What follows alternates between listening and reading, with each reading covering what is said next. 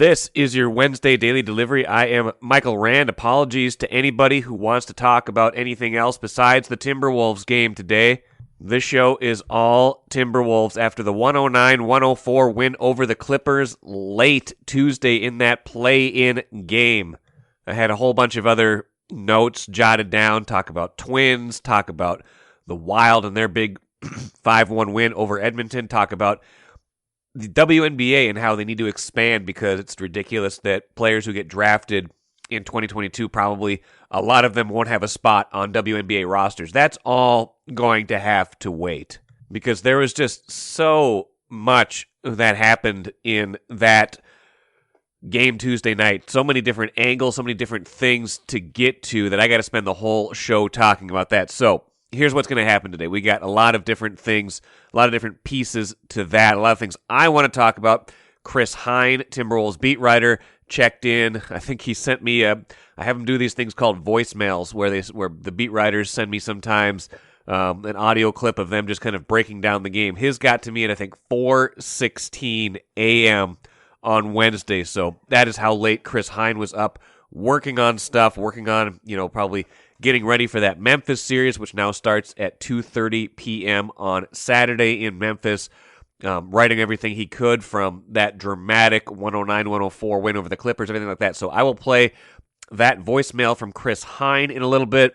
I want to play you some post-game clips from head coach Chris Finch, from Patrick Beverley, one of the stars of the win, and from D'Angelo Russell, certainly one of the stars from the win. But let's unpack it as best we can because, going in, I think the narrative was Clippers were a tough matchup for the Wolves, right? The Clippers had beaten them 3 times early in the year. The Wolves had gotten them once in January, but that was without Paul George. Paul George had come back to this team late in the year, and they'd gone on a little run, got themselves into good play-in position, and you thought, okay, this is not who you want to see in that 7-8 game, right? This is a team that's playoff tested, that made a deep playoff run a year ago, even without Kawhi Leonard. This is a team that, has a lot of experience. Paul George has played in 108 play-in game or 108 playoff games. 108 play-in games would be weird. 108 playoff games in his career. There's plenty of other playoff experience on that side as well.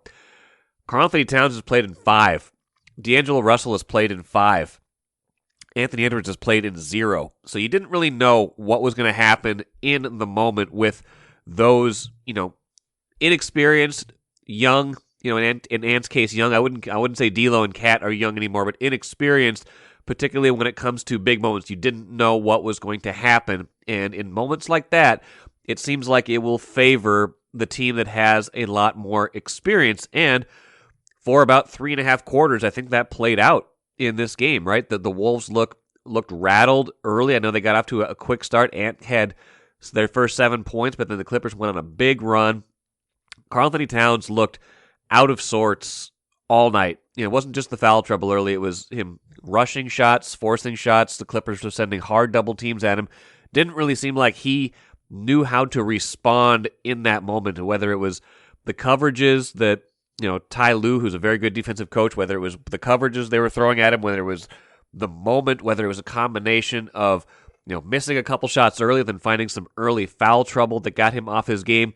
Cat was not on his game all night. So right there's a problem, right? That's your all-star. That's your, one of your max players. That's a player that you are counting on, that you have needed.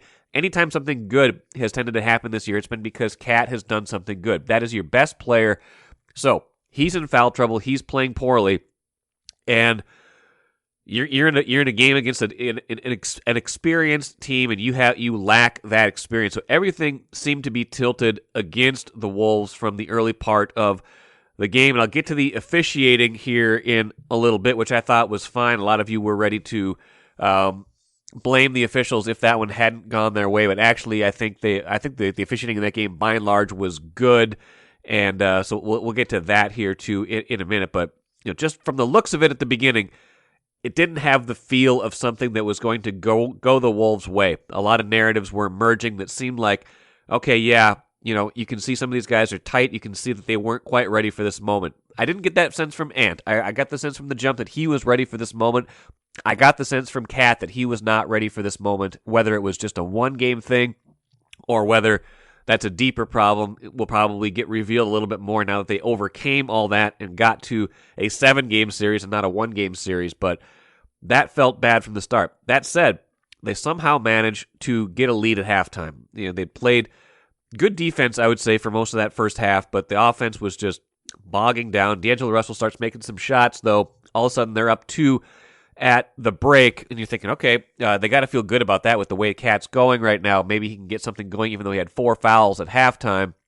Maybe he can get something going in the second half, and they can find a way to pull this out. Well, second half was the same story, right? Cat keeps struggling, gets on the board a little bit, at least in that third quarter with some buckets, but picks up another foul, and ultimately fouls out in the middle of the fourth quarter. And here's the exact scenario when Karl-Anthony Towns fouled out. And by the way, he earned all 6 of those fouls, so don't go blaming anybody else but Cat for those 6 fouls. So here's the scenario when Cat fouled out. There was a loose ball foul. 7:34 left in the fourth quarter. A lot of time left. Wolves were down at that point, 93-86, and obviously the Clippers had the ball also because Towns had just committed a foul. So they're down 7, best players out of the game, no momentum at all.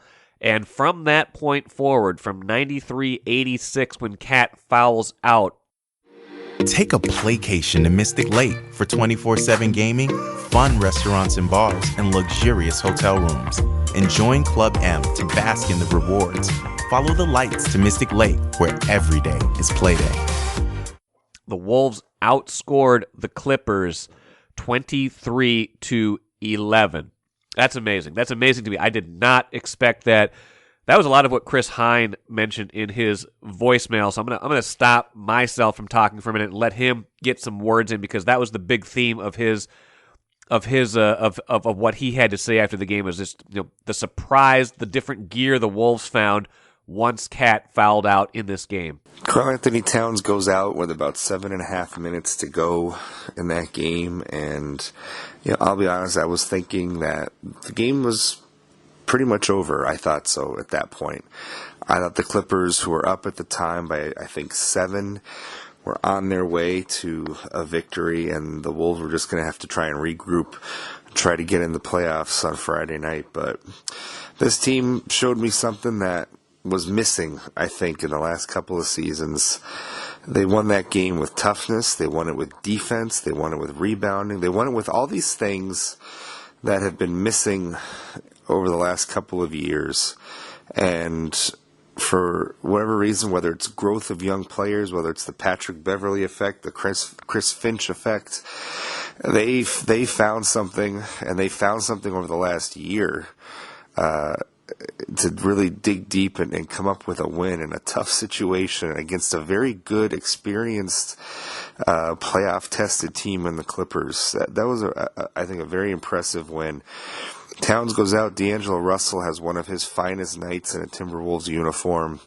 Anthony Edwards, the big stage didn't bother him. He relished the opportunity to show what he can do on a national stage. Just a magnificent game from the both of them.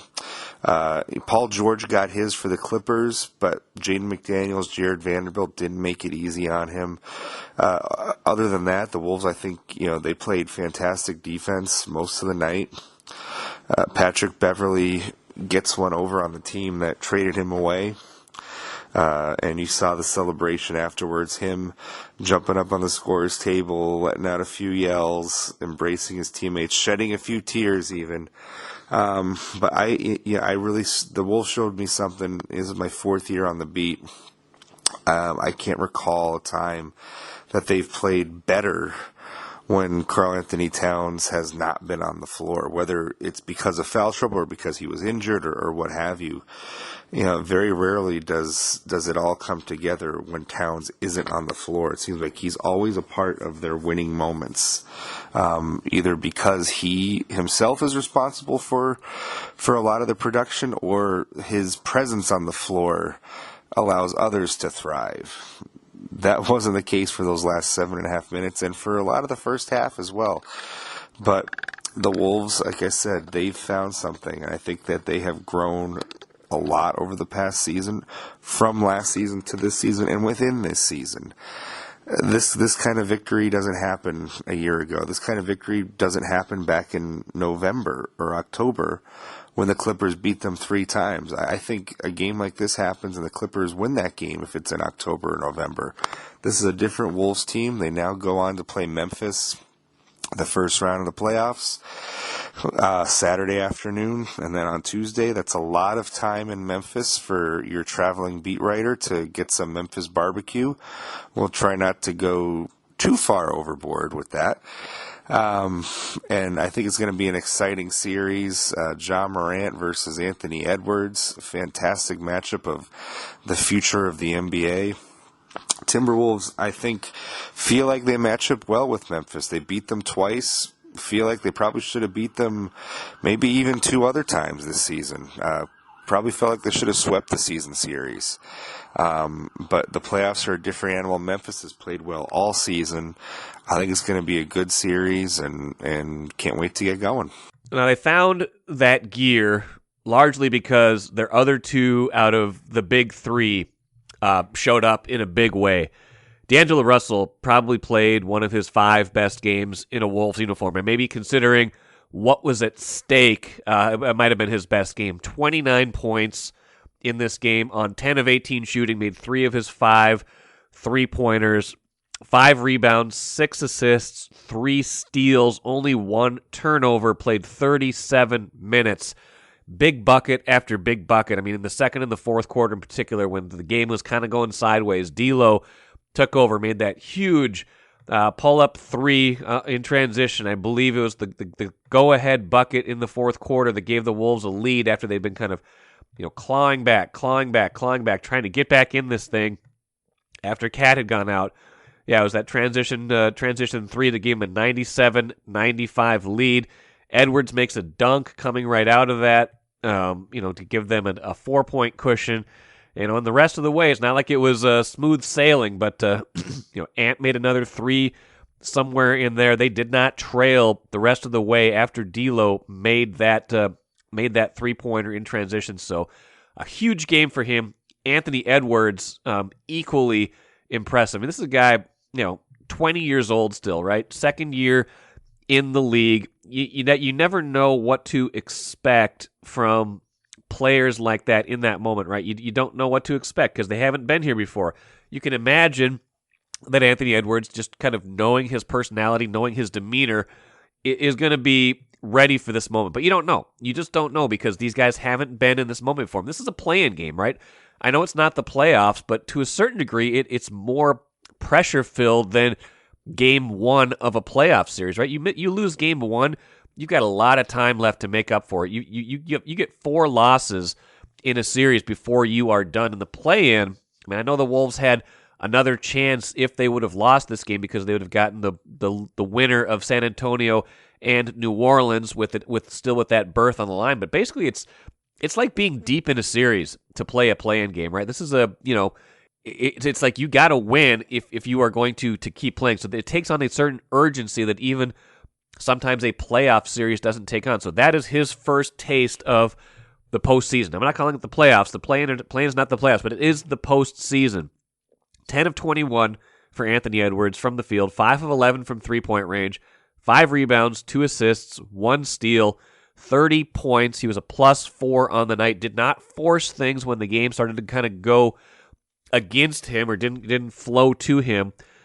Just a really impressive performance by Anthony Edwards. Was good on defense, especially in that fourth quarter when everybody was guarding. The Clippers only had 20 points in that fourth quarter. Just important lockdown moments, important possessions where the Clippers could not get anything. So that to me, those two guys had 59 combined points. Those guys made up for the fact that Cat finished with 11 points, 4 turnovers, fouled out after just 24 minutes, was a -14 on the night, did not make a 3-pointer on the night. The NBA 3-point champion from the All-Star break didn't make a 3 the whole night. You put that stat line out there and they still win the game. That is shocking to me. But this is a team that's been persevering all season long, and so that's But that said, I don't think we could have expected them to have that level of, compete in this game when Cat was so bad in this game. But that's what good teams do, and I think Chris Finch gets a lot of credit for that win as well, the head coach of the Timberwolves. Let's hear from Chris Finch right now, just talking post game about the way that game unfolded. It wasn't Cat's game, and it really opened up the floor a lot, and we were able to get by their defenders with a lot of drives, race their switches, get to the heart of their paint, and it was, we knew when we put them back out there, we were taking a risk early, but we figured we'd go then. And if we lost them, we would have been playing pretty well without them. So that gave us confidence. Now, Finch in his post-game comments, I'm not going to play this one, but he talked a lot about the defense, how they guarded all night. D'Angelo Russell, very good on defense in the night. That brings me to a couple of maybe the unsung, overlooked heroes from this game. We talk about the big three. Top of the list for unsung heroes got to be Patrick Beverley. One of the shortest guys on the court, right? Not a tall player. You got guys 7-8 inches taller than Patrick Beverley, who's listed. I don't even know if the listed height is correct, but he's listed at 6'1". He seems like he's one of the shortest guys on the court.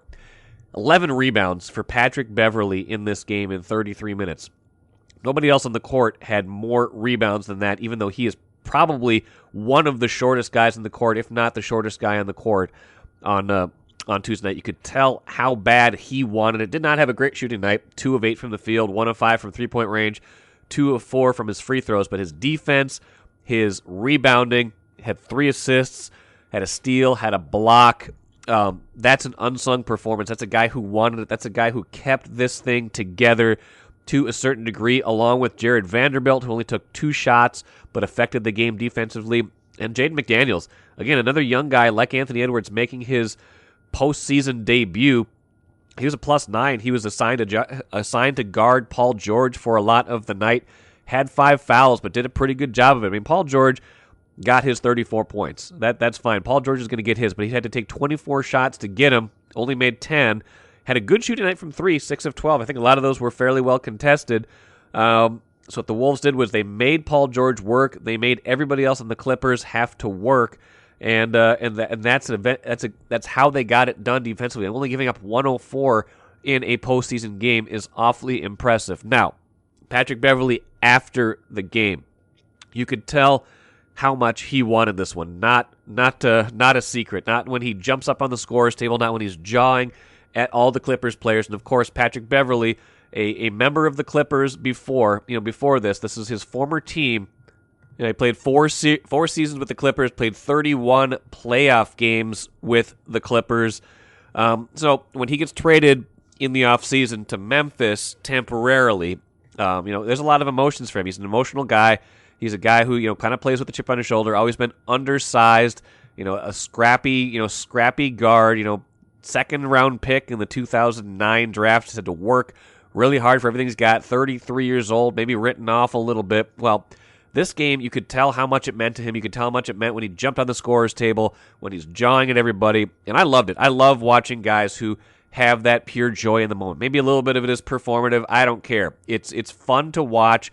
It is, it's a genuine reaction for the most part. It's how he felt in the moment. Here's Patrick Beverley after the game talking about what this meant to him. We played a really good team. I'm gonna try to sound real humble, but I know that's gonna leave in about 2 seconds. But we played a real good team, well coached. Obviously, emotions behind it. Former team. Man, I wanted this so bad. I wanted this one so bad. This is just the icing on the cake, the cherry on top. To play in to be able to beat them. Another goal scratched off. I told you it was going to the playoffs. Everybody, mostly all y'all, looked at me like I was crazy when I first said that. I told y'all. And I think a lot of that was for the fans, right? Some of it was for Patrick Beverley. He was letting loose with some steam, letting loose with some emotion after that game because of the Clippers and everything that he had gone through with them. But part of it was just for this fan base. You could tell the energy in Target Center there hasn't been a lot to cheer about here. Let's be honest. They've made the playoffs now twice since the 2004 season. The other time they made it was with Jimmy Butler. That was a joyless slog, a death march to 47 wins. They got to the playoffs and got absolutely smoked by the Rockets in 5 games, and then everything fell apart. So that brief glimpse at winning wasn't even that much fun, 4 years ago. Now here comes a guy, Patrick Beverley, leading a younger team, being a heart and soul guy for a younger team, and this fan base has gotten way behind Patrick Beverley, gotten, a lot of fun watching this year's team. And so I think that moment of joy was more for them than it was for anybody else. And here's Chris Finch, the head coach, again, talking about the crowd and the energy post-game. Yeah, it was incredible. Walking out there for the jump ball, you can just tell that it was going to be an electric night. Crowd was into it from the jump. They spurred us on when we were down a bit. We made great plays that brought them to life, and it was real unreal. Our crowds have been great. They've been building all season.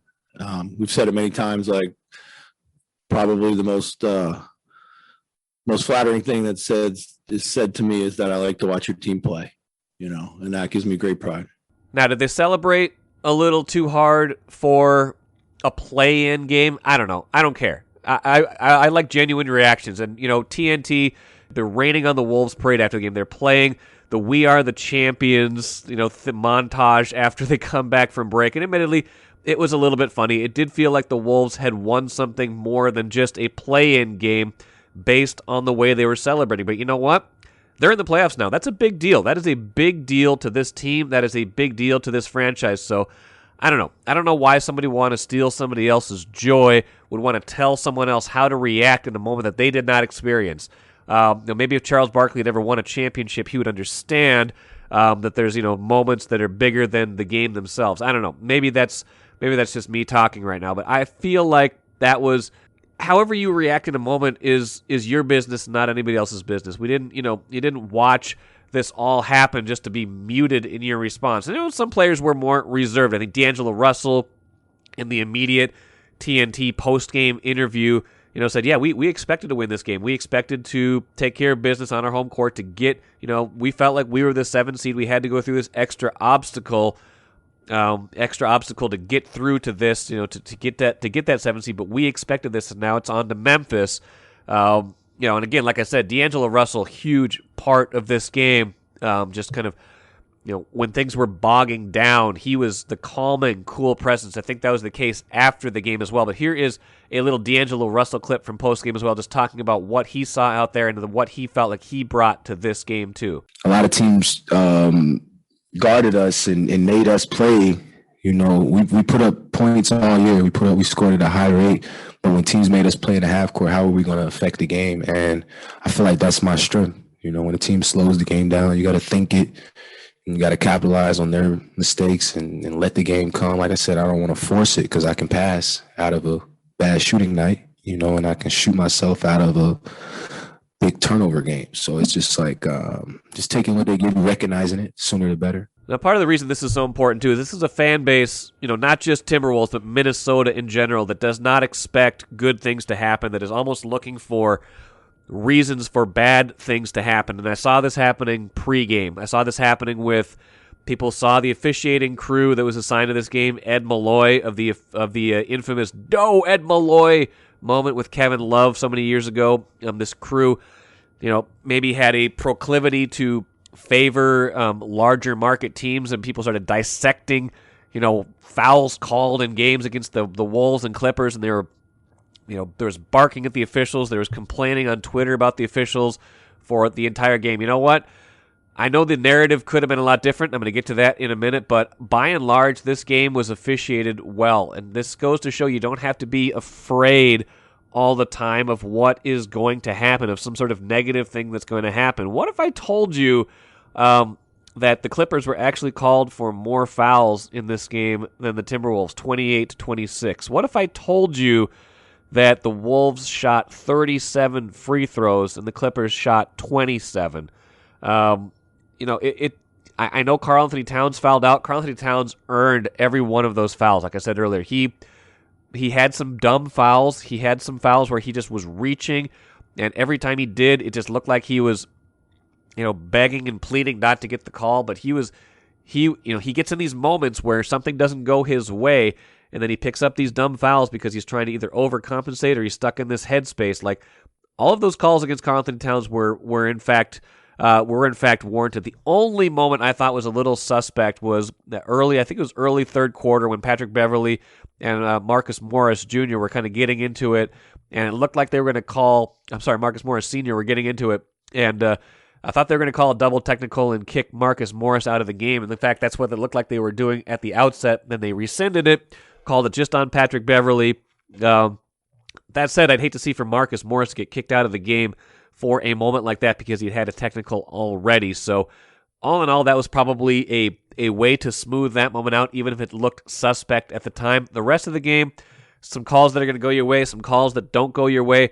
By and large, I thought the officiating was fine. And, that said, I'm sure people would have used that as an excuse had this game turned out differently. Let's finish with that thought and look ahead to Memphis. Imagine the narrative today if the Wolves had lost this game, not just with officiating, but imagine the narrative around Karl-Anthony Towns if they had lost that game and now we're in a true do-or-die game later this week against either San Antonio or the Pelicans. Imagine what we'd be talking about now. We'd be crushing Karl-Anthony Towns right now, way more than we are, if not for the way D'Angelo Russell and Anthony Edwards and Patrick Beverley played in those final 7+ minutes after he fouled out.